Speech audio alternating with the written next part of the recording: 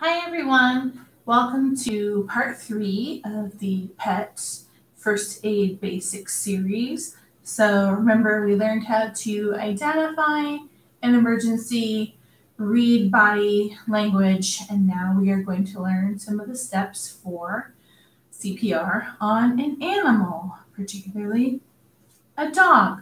Although a lot of the same things work for cats, and I will try to talk a little bit about when those are different. So first thing you want to do, and this is going to sound familiar if you've taken a human CPR class before, is you need to check the scene. If you come across an unconscious animal, it's important to know what's going on around you so that you're able to stay safe, but then also to have some clues as to why this animal might be unconscious. For example, listening and smelling for a gas leak would be something important to know.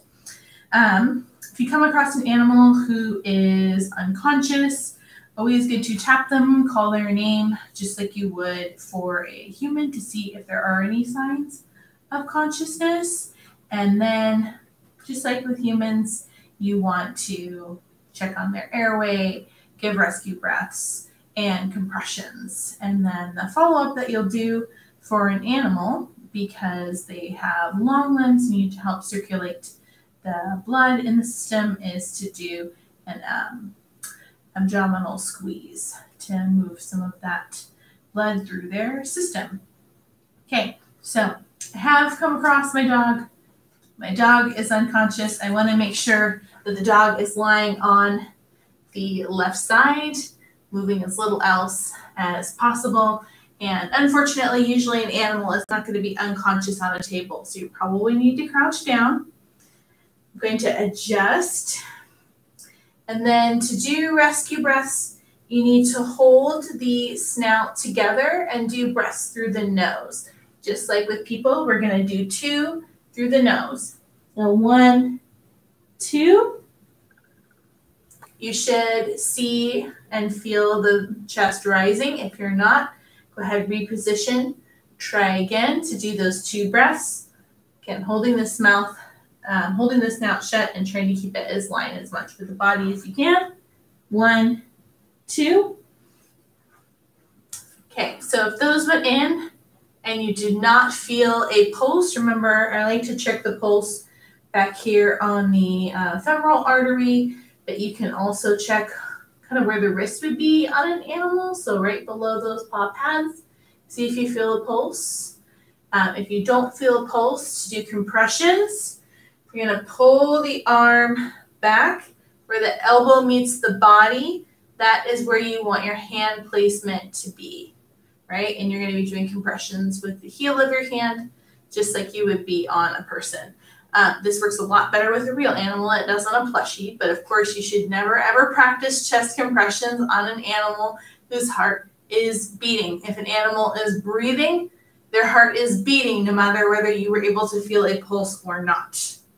Okay? Compressions, just like with people, you want to do 30 compressions in that cycle with 2 breaths. And this dog is not very big, so I'm going to go about 1.5 inches down, although on a bigger dog, you might need to go up to 4 inches down, just like you would on an adult person. Okay? I like to have my full weight over my elbows to do compressions. Again, 1.5 inches down for this dog, up to 4, and down to 1 for a very small dog or a cat. You want to go just past where you feel resistance. 8 and 9 and 10 and 11 and 12 and 13 and 14 and 15 and 16 and 17 and 18 and 19, 20, 21, 22, 23, 24, 25, 26, 27, 28, 29, 30. Okay, I'm going to take my hand, smooth up the belly. And then I'll do rescue breaths again.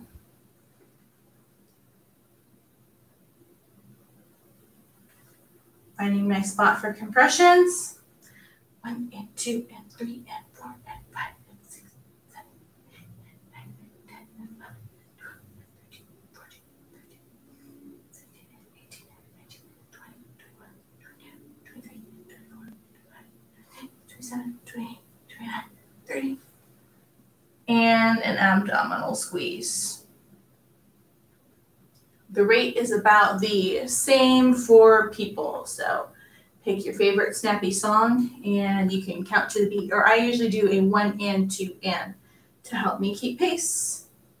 All right, after you have done CPR for about 2 minutes, it's time to check those vitals again. See if you can find the pulse in your preferred place to find the pulse. Again, I like the femoral artery up here, and listen and feel for breathing.